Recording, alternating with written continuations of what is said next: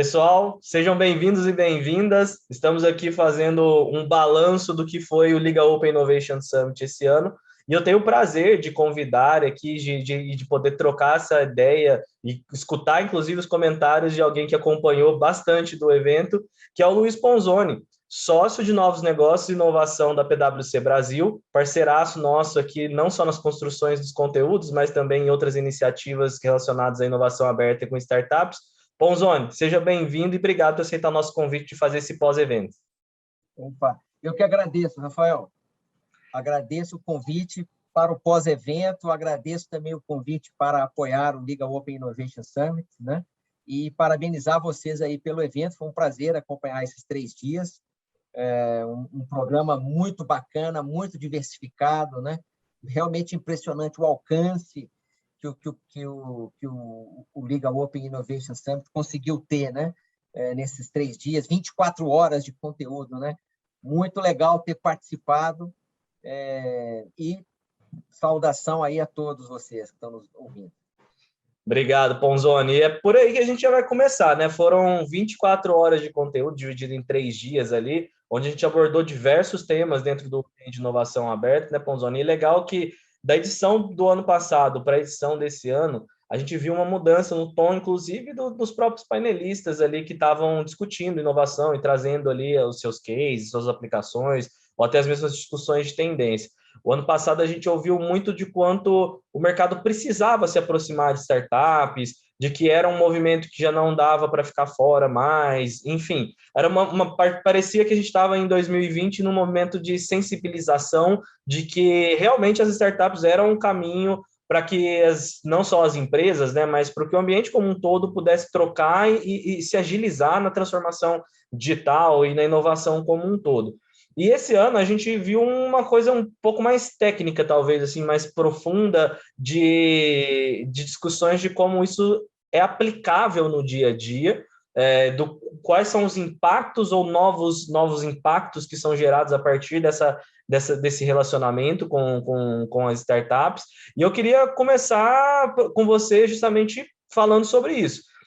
Acho que o principal tom que se passou, né, nesse 2021, quando a gente falava de uma maneira mais aberta, é que a inovação aberta ela precisa ser feita com consistência.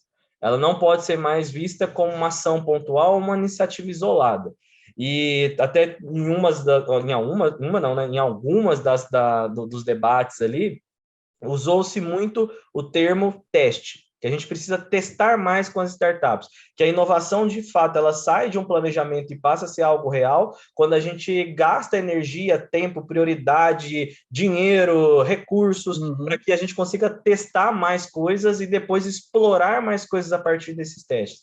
Eu queria te ouvir um pouco em relação a isso, Ponzoni, como é que você enxerga esse amadurecimento e essa necessidade para a gente colocar mais coisas na prática? Perfeito. Ô, Rafael, a minha impressão foi exatamente a mesma sua, tá? Eu participei do evento no ano passado, né? Foi um evento muito bacana, mas eu realmente senti isso esse ano. Esse ano, eu aqui com o meu chapéu de inovação dentro da PwC, uma coisa que realmente, inclusive, motiva a gente de assistir, né? Foi a grande quantidade de casos de corporações tendo trabalhado com startups para a solução de problemas, para a criação de novos produtos, novas soluções internas, soluções para cliente, né? Então, realmente, o que você falou, esse ano a gente viu, como se aquele trabalho começasse a florescer mais, né? E a gente conseguisse ver mais esses exemplos, né? E eu acho que é fruto disso, né? A inovação e a inovação aberta, né? Realmente ela precisa de método, ela precisa de estrutura, né? Mas ela precisa também de teste, né? De acontecer, né? Então, às vezes, uma angústia que a gente tem é muita preparação e leva-se muito tempo para começar a se fazer os primeiros testes, né? E, de fato, quer dizer, ter aquele protótipo, ter aquele teste chegando no cliente, né? Seja o cliente externo ou o cliente interno, né? Então, isso foi muito bacana de ver, né? E é o que você falou, a inovação e a inovação aberta, né, ela realmente precisa disso, né, de teste, exploração, análise de resultado, e isso tem que ser um procedimento consistente, né? E uma coisa que deu para ficar muito evidente é que a gente teve muitos casos, como eu já disse, de corporações e startups trabalhando juntas, né? E trabalhando juntas em projetos de diversos alcances, né? A gente viu desde coisas que a gente já percebe, né, que são coisas de grande impacto na organização, né, que coisas realmente que vão para temas adjacentes e até para temas transformacionais, mas vimos também coisas mais simples ali, né, de uma solução mais simples, mas continua sendo importante resolver, né? Então, essa coisa do portfólio, né, que também foi tratado em algumas palestras, né, você montar um portfólio e que neste portfólio você consiga ter coisas que você já testa, já aprende com maior rapidez, é muito importante, né? Porque você precisa aprender a trabalhar com startup também, né? Que é um tema que foi trazido por diversas corporações, né? A própria palestra que eu mediei, né? Que foi do Sebastião Nau, da VEG, ele trouxe isso, né? Você precisa aprender a trabalhar com startups, né? E você só vai conseguir realmente começando, né? Então, assim, as organizações que a gente viu são organizações que a gente percebe que encontraram essa consistência, né? Muitas através de programas que têm a própria Liga como parceiro, né? A gente pôde, né, pôde perceber e testemunhar ali, como a Porto Seguro, né? Que a gente verificou ali, se eu não me engano, já estava no 8º ou no 9º BET, né? Que eles Aquele, ficaram, né? aquele era o 10º ciclo já e já está abrindo o 12º. Exatamente, exatamente. Você vê que é uma organização que encontrou essa consistência, né? E vale a pena a gente conhecer mais desse processo da Porto, né? Como de outras organizações, né? E realmente o Riga Open Innovation Summit propiciou isso, né? Em 3 dias a gente pôde ver várias organizações, né? E tirar lições muito importantes ali. Ponzoni, você colocou alguns pontos aí que eu acho que são bem importantes da gente até se aprofundar aqui nesse bate-papo. Teve ali a parte dos cases direto com startups, e como você bem colocou ali a tua participação junto com o Sebastião da VEG, a gente teve Neo Energia, teve Sinqia, Atento, enfim, vários outros parceiros ali que trouxeram também o como eles estavam se relacionando com startups, e eu acho que a fala do Sebastião e a sua evidenciou um ponto que é, para mim, muito tangível dessa discussão de inovação, que é a gente precisa aprender a identificar as dores que a gente quer resolver.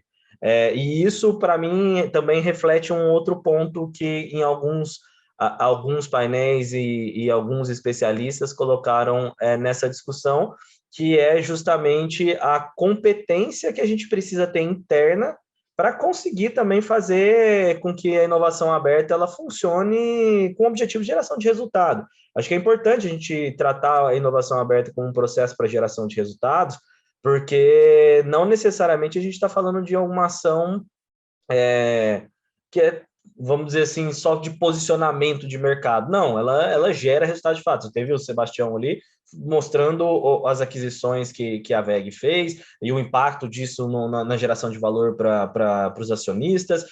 Você vê a Neo Energia observando o movimento do mercado, você vê a própria Atento focando muito em construção de soluções focadas no Customer Experience, e todos eles têm algo em comum, que é isso, internamente a gente tem essas competências, ou pelo menos a gente gasta uma energia grande, né, fazendo o desenvolvimento dessas competências para observação. Vocês aí na PwC tratam com diversas empresas e até mesmo a tua percepção como um profissional, não necessariamente com o chapéu da PwC, como você enxerga essa questão das pessoas entenderem que elas de fato precisam também ter uma parcela de responsabilidade para o sucesso da inovação aberta? Porque a inovação aberta é abrir a fronteira de dentro de casa para fora de casa. Então, existe o dentro de casa e o fora de casa nesse relacionamento. Isso é um processo de evangelização, né, Rafa? é um processo de evangelização, né? As organizações é um tema novo, né? Por mais que a gente diga que organizações inovadoras existem desde sempre, tal, o próprio Sebastião da WEG falou isso, né? Quer dizer, é uma empresa que sempre investiu muito em P&D interno, né? Primeiro que isso não é uma realidade de toda empresa, né? Quer dizer, não são todas as empresas que têm essa cultura de P&D, né? Já estabelecida de longa data, né? O que traria alguns obstáculos, né? No sentido de que, poxa, temos uma área de P&D interna tão grande, para que a gente precisa olhar para fora, né? Então, de um lado, isso pode ser um obstáculo, mas, de um outro, existe a vantagem de você já ter ali um time que entende de inovação, né?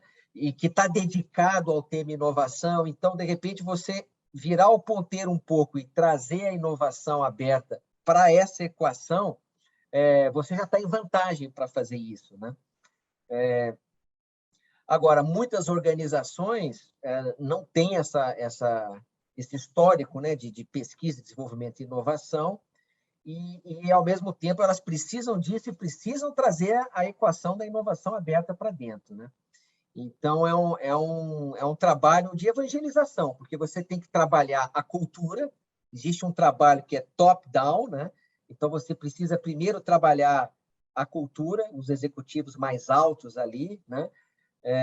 E não necessariamente a gente acha que é fácil convencer a alta direção de que é preciso investir em inovação, mas não é não, né? Não é não.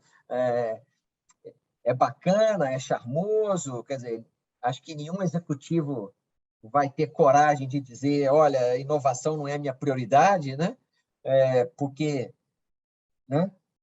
Seria talvez, né, passar aí uma visão, né, de que tá fora, mas cara, você realmente ter o compromisso com a inovação, a cultura e ser um sponsor verdadeiro disso, vai aí algum tempo de entendimento, né?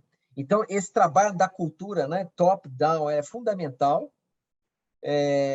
mas também tem o bottom-up, né? Quer dizer, você também precisa trabalhar programas na PwC a gente chama de digital upskilling, né? Você também precisa trabalhar programas junto com a sua força de trabalho geral, né? Começar a trazer conteúdos digitais, começar a discutir inovação nos grupos, né? Isso é um trabalho importante. Eu lembro que na palestra da Vicky Huff, né, da PwC, quando ela dá 3 dicas no final, ela começa dizendo que as empresas deveriam encontrar as suas formas de investir no que ela chamou de citizen-led innovation, né? A inovação produzida pelo time, né? Ou seja, formas não só de trazer a cultura de inovação para a empresa como um todo, como também encontrar mecanismos de fazer com que aquela inovação ela seja capturada e trabalhada, né? Então, é um trabalho muito bacana, né? Você trabalhar a cultura, trabalhar a organização como um todo, né? Mas volta ao primeiro ponto, né? Enquanto você faz isso, você tem que encontrar os caminhos mais acelerados, de já começar a testar, já começar a produzir, né? Então, a figura que a gente mais usa no Brasil é aquela coisa, né? De eu estou estou reformando o avião com o avião no ar, né? É um pouco disso. Você não pode ficar muito tempo preparando o terreno, você tem que fazer as duas coisas ao mesmo tempo, né? Encontrar também uma forma de já trazer inovação enquanto você vai trabalhando a cultura e trabalhando as pessoas, né? Requer investimento, né? Uma coisa que atrapalha muito a inovação é o que eu chamo do part-timeismo. Todo mundo é part-time, né? Você nunca tem ninguém dedicado à inovação.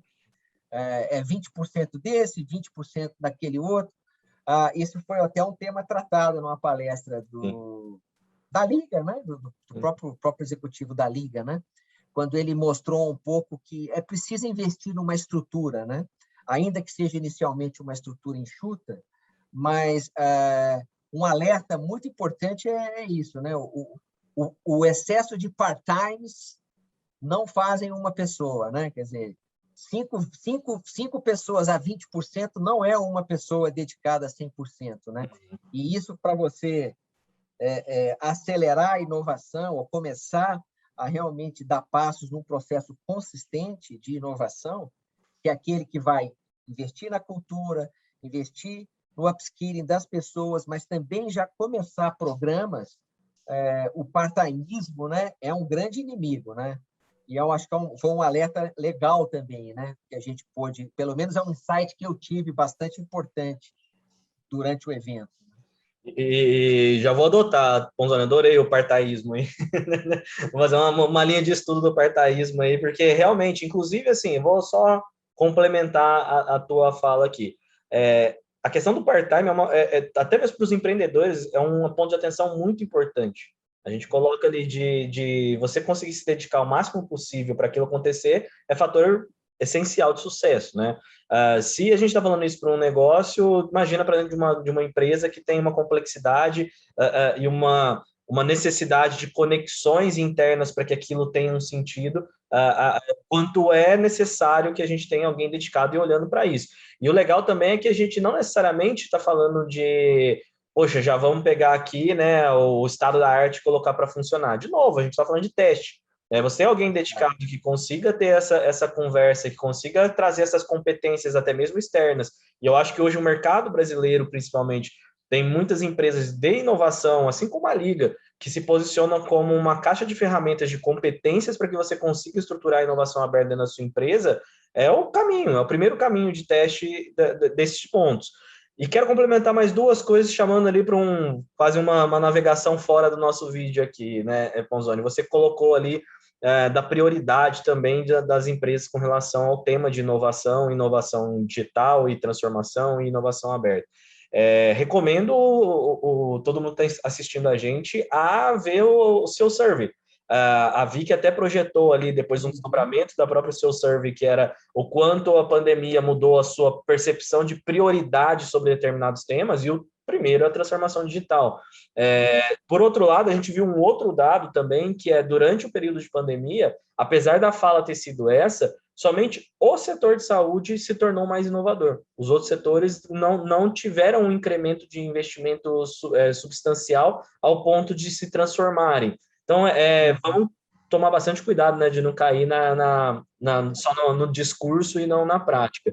E eu falo isso, Ponzoni, até a gente fez uma pesquisa antes da pandemia, em 2019, se eu não me engano, com 500 ou 600 pessoas que trabalham em grandes empresas, perguntando para elas se elas achavam a empresa delas, se elas consideravam as empresas que elas trabalhavam inovadoras.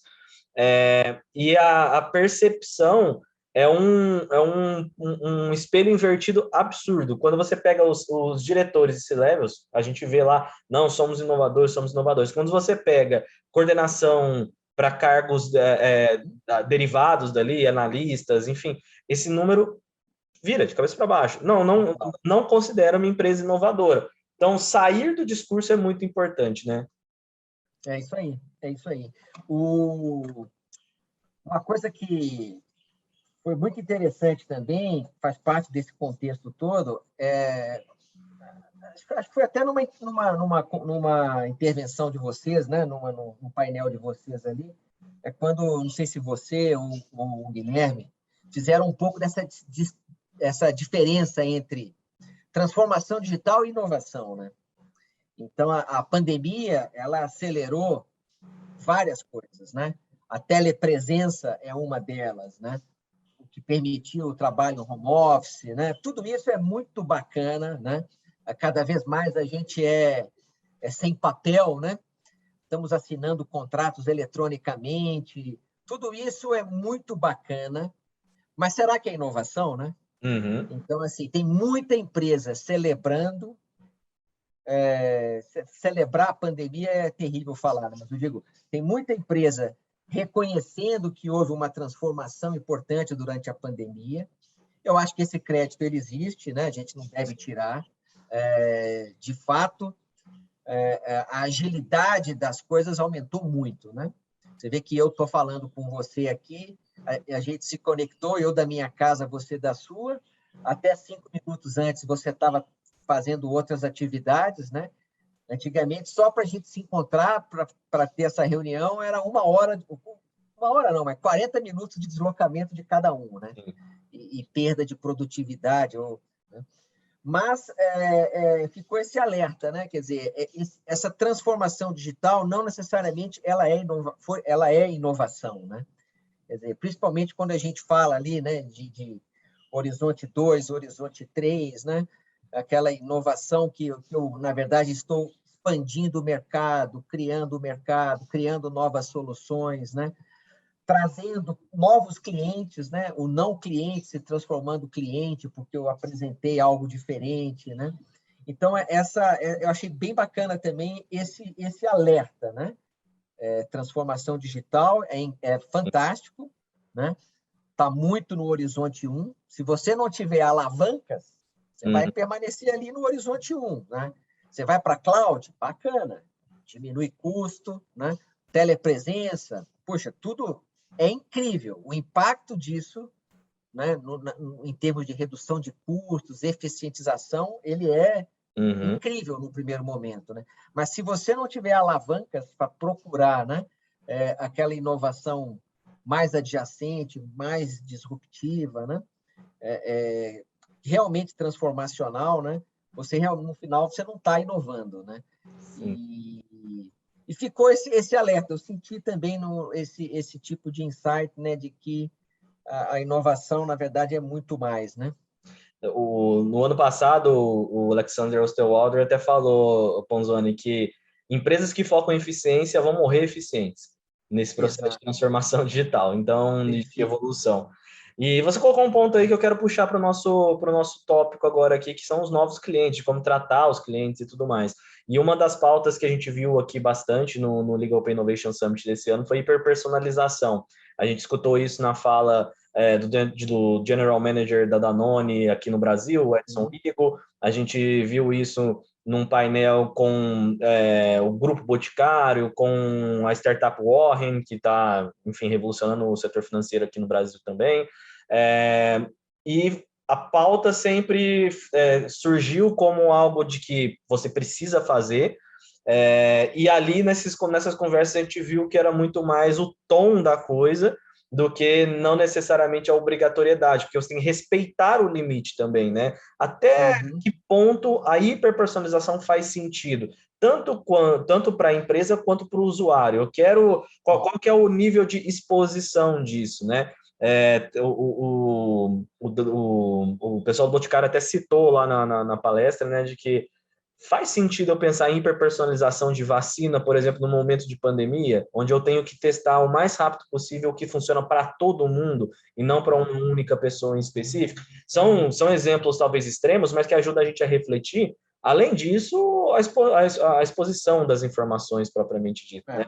E a gente já discutiu ali também no painel com o Instituto Vero e também com o pessoal da Nuvem Shop, que era exatamente esse ponto. Hoje eu consigo ter o uso dos cookies transacionando de um lado para o outro na navegação dentro do Chrome, por exemplo. E aí o Chrome, a Google, né, pegou e colocando como uma política de preservação da identidade e respeitando os limites das pessoas também, de que não vai existir isso mais, que se você quiser, você vai conseguir sim criar um cookie para a sua navegação, no seu site, na sua aplicação, mas que esse trânsito de informações não vai acontecer mais da maneira como estava acontecendo.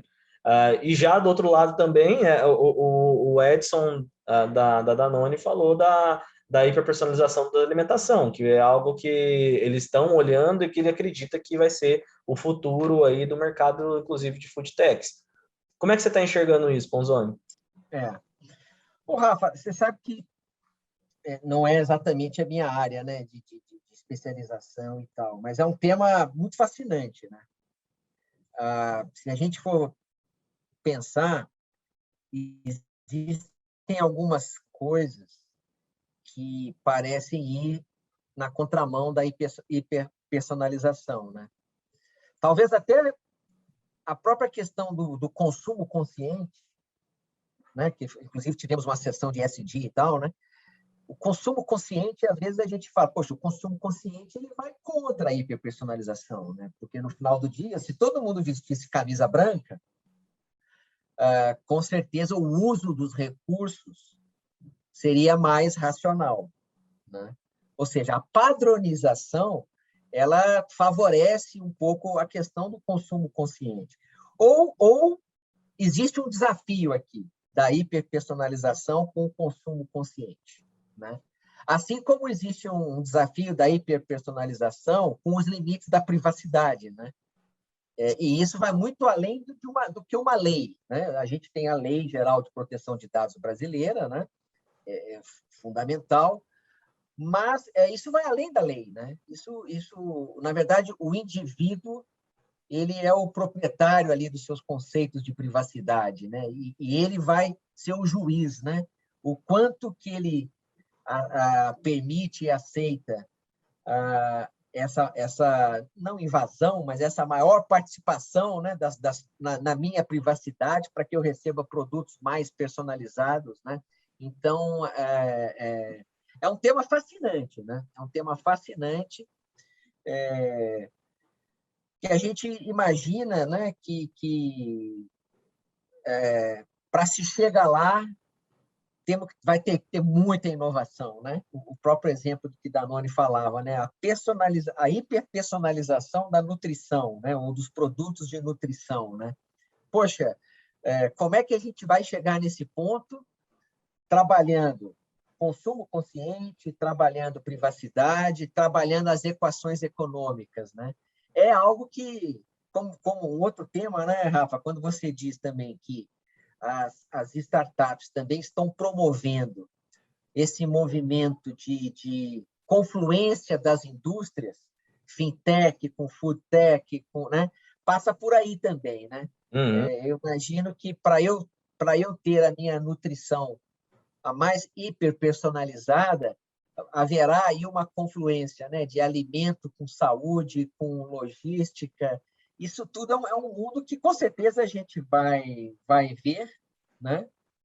E faz muito sentido observar e acompanhar. É quase um mandatório a questão de você, pelo menos, ser o seu setor mais tech, né, a partir de agora, que é a história de Exatamente. você ser uma health tech, você ser uma food tech, você ser uma fintech, significa justamente que a importância da entrega final está tão relacionada quanto a tecnologia de base que você está usando, né? E é isso, né? Quando a gente fala de tornar mais responsivo ao que o mercado precisa, eu preciso aglutinar outras competências e minha empresa, ela não necessariamente ela é de um setor mais somente, né? Eu vou voltar aqui para a gente terminar essa conversa, Ponzoni, né, com base nisso, que a Vicky ali finalizou muito bem com essas provocações, mas tem um ponto aqui, né, que só complementando a tua fala anterior, do Society Centric, né, a gente trouxe isso com o Maurício Colombari e também com o pessoal do grupo CCRR, do quanto a gente precisa pensar de que não necessariamente o que eu faço ele tem um fim em si mesmo ali, mas o quanto eu consigo direcionar tudo que eu estou construindo no meu negócio para a sociedade, com impacto na sociedade, né? E eu gostei bastante da fala do Maurício ali de que SG não tem que ser um negócio de grande empresa, né? SG tem que ser para todos e todos têm que ter aquilo em mente, né? De que quais são os impactos que eu posso gerar e quais são os impactos que eu preciso me preocupar em gerar, né? E não ser uma ação de greenwashing aí, né? Como o pessoal gosta bastante de falar. Exato, exato. Para finalizar. Sem dúvida, não, sem dúvida, eu gostei muito dessa parte aí, dessa palestra, quando realmente eles é um tema que veio para ficar, né? Como diz o Colombari, né? Pode ser que as letrinhas mudem um pouco lá na frente, né? Já não seja mais ESG, seja SDA, né? Alguma coisa, mas realmente, né? A preocupação profunda com questões de sustentabilidade, com questões de impacto social, né? Diversidade, né? alcance social, né? Combater a injustiça social, mais do que a desigualdade, né? A injustiça social, né? E o tema de ter uma governança cada vez mais observando esses assuntos, né? E colocando isso na equação de valor, é algo que veio para ficar, e, como foi dito, né? Tem que permear da startup à mega corporação, né? E eu acho que isso também é algo irreversível, né, Rafa? Com certeza, Ponzoni.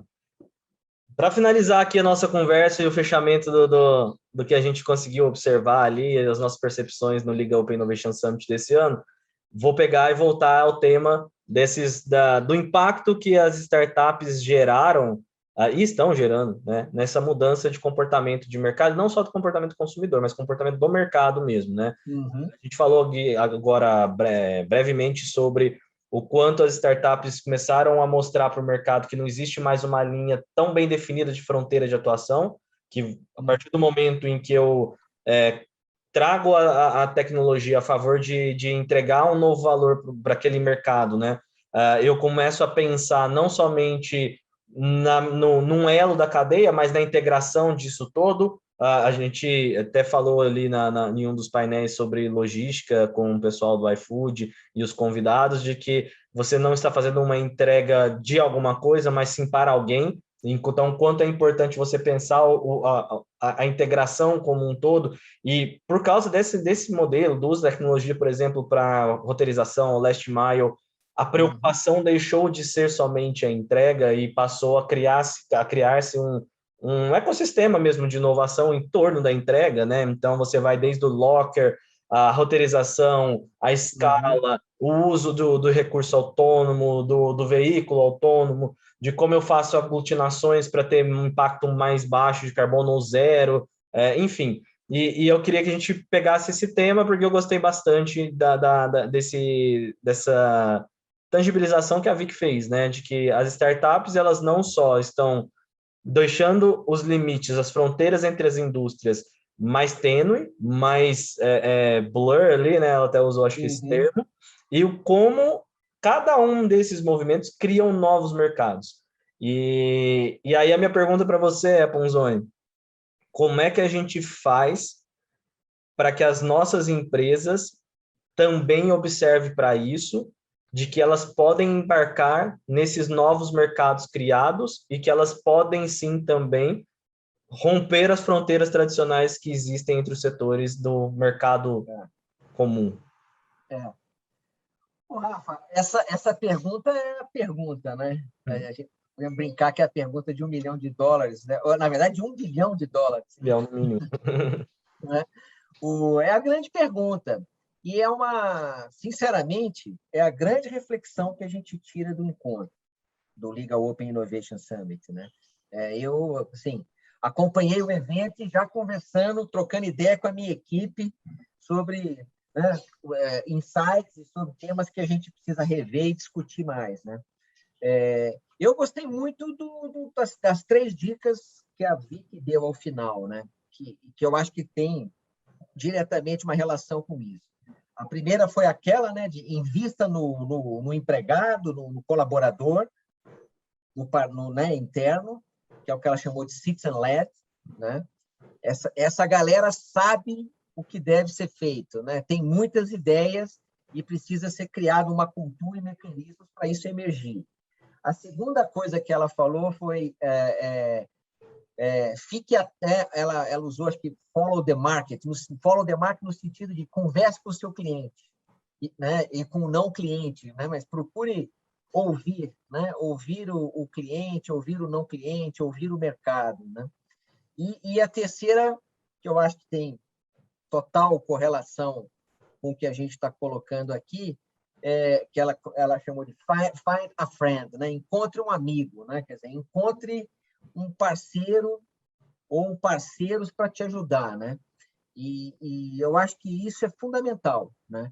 Se você realmente quer inovar e quer descobrir novas formas de ir ao mercado, novos modelos, tal, você tem que se abrir, né? Você tem que se abrir.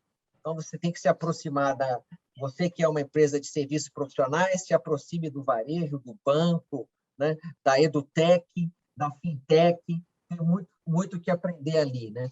E acho que muito do Find a Friend que ela coloca ali também tem a ver com procurar organizações como a Liga, que podem, né, ajudar também as companhias a acelerar esse processo de olhar para fora, de abertura, né, e de criar um ecossistema ou criar, né, um motor de inovação realmente mais consistente, né? Inovação, né? A gente sempre essa frase eu não me recordo aqui de quem é, mas que é aquela frase: inovações, elas não dão errado por falta de boas ideias. Elas dão errado por falta de uma disciplina, de um método, né, de uma estrutura, e também, como a gente ouviu pela Vicky ali, de você não encontrar bons parceiros para trabalhar, né? E eu acho que esse é um ponto importantíssimo. Bom, Zoni, eu acho que a fala final sua aqui resume bem tudo que a gente vem construindo, não só como empresa, mas como mensagem para o mercado em termos de inovação aberta, o quanto a consistência e a estruturação é algo necessário. Não pode ser uma ação isolada, né? A gente falou isso bem no começo ali, e eu fico muito feliz de, mais uma vez, ter a PwC Brasil como os nossos parceiros. Para vocês que querem acompanhar esses mercados, né, achar mais amigos aí também, a gente tem um projeto juntos que é bem legal, que é a Startup Scanner, que é monitoramento em tempo real dos mercados de startups. Então, startupscanner.com, fica aqui a nossa chamadinha também. E se vocês quiserem saber mais, tanto que a PwC Brasil pode ajudar vocês em termos de inovação, como também o que a própria Liga consegue trazer para vocês como ferramental para organizar de maneira mais consistente todo esse processo de relacionamento com startups e também de intraempreendedorismo, que é um ponto que a gente falou bastante aqui. Fiquem à vontade de entrar em contato com a gente. Esse vídeo e os outros todos os vídeos que foram produzidos ali durante os 3 dias de evento, assim como os outros eventos que a Liga faz, vocês conseguem acessar nos nossos canais no YouTube ou também nas nossas redes sociais. Então, fica um convite para vocês aqui todos a seguirem, para a gente debater mais, para a gente conversar mais, porque essa foi outra mensagem do evento. A gente precisa discutir mais inovação e talvez tirar menos fotos aí e falar de coisas mais práticas de como a gente consegue avançar. Ponzoni, obrigado mais uma vez pelo teu tempo, um prazer conversar com você, espero que a gente tenha outras oportunidades. Prazer foi meu, Rafa. Falando em nome da PwC, eu agradeço a Liga pela oportunidade que nos deu de apoiar o evento, pela parceria e parabéns e sucesso para todos. Obrigado. Sucesso é nosso, Ponzoni. Um abraço, pessoal. Tchau, tchau.